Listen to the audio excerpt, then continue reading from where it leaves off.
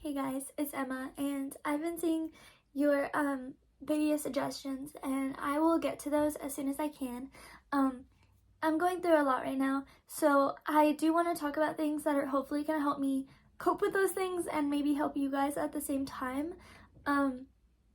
So yeah, today I wanted to talk to you guys about what it's like when you can't stand yourself. I think that's unfortunately not an uncommon thing to feel, and it's not a crazy thing to say. We all have issues with ourselves and insecurities, whether it's about our appearance or just how we present ourselves or maybe the things we like. But we all have a hard time fully accepting who we are as a person.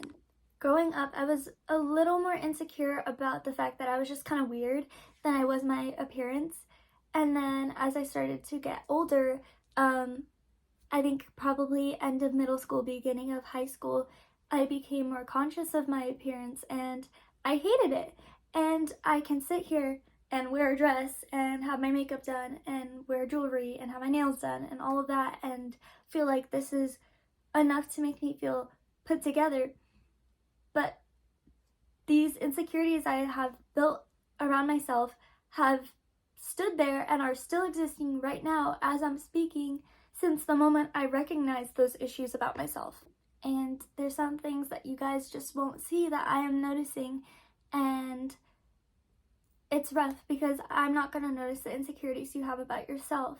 Or maybe I will, but I see it differently. I might see it as beautiful. And that's hard. It's really hard because you struggle to understand what people will recognize that or what people will judge that. And because of that, you just see the worst in yourself. Like, I don't know, like looking at myself now, you can't tell, but I have a hooked nose. And you can't tell because I spent an entire year pushing my nose up till the point of bleeding, and I had cuts on my face, just so that it could look upturned. And now it's permanently stuck up, but I still have a big bump on my nose. And it's just something where you will look at me and you don't see that, but that's what I see, that's what I know. And when I think about that, I'm frustrated with myself because I don't understand why it can't just be enough. But then I look back and I think about the people that said things about me to my face and made comments about my nose and how I looked and just said really nasty things. I've had people just completely tear me to pieces or say that my nose looked too upturned. I've had people tell me my nose was too hooked, and people tell me my nose is too upturned, and that's like, I don't know what to do with that because I'm not enough either way. And it's hard because then I have to decide what I should be okay with and what I should be insecure about, and whether I should allow those things to get to my head. And no matter how hard I try to suppress that and just say it doesn't matter what those people say, it's a real observation that I have to recognize people saw as something that's imperfect. And every time I look at it and every time I do my makeup in the morning, that's something that I am going through the efforts to fix. Even with my body, I've lost 10 pounds, I've gained 10 pounds. It's just something where I will never fully be okay with it, and it's frustrating because I know so many people that are okay with how they look. And then on the other spectrum, I know people that are so insecure that they tell everybody about it and make it very known. And it's like, I don't know, I feel like I can't be in the middle openly where I'm like, okay, I've done what I can, I'm taking care of my body, but I just still feel like it doesn't look the way that it should. And that's just something that's always going to exist. But it's hard because I feel like I can't tell anybody about it because nobody cares.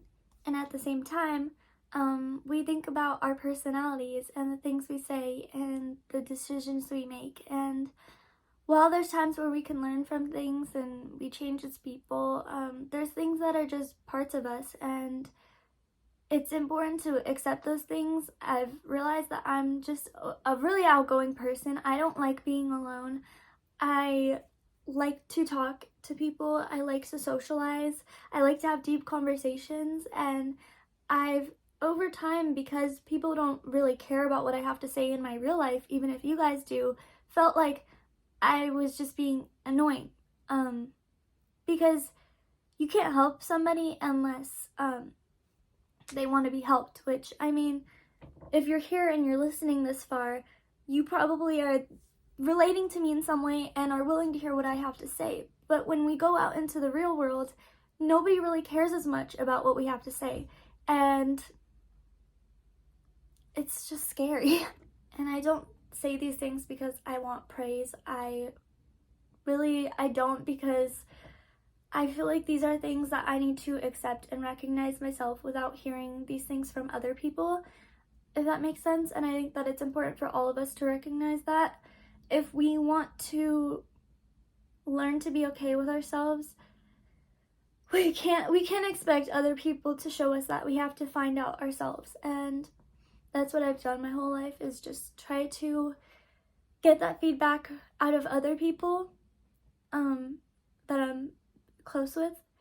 So I get that honesty, and if I don't hear what I want to hear, which they don't know I want to hear, I just end up not saying anything, but internally hating myself.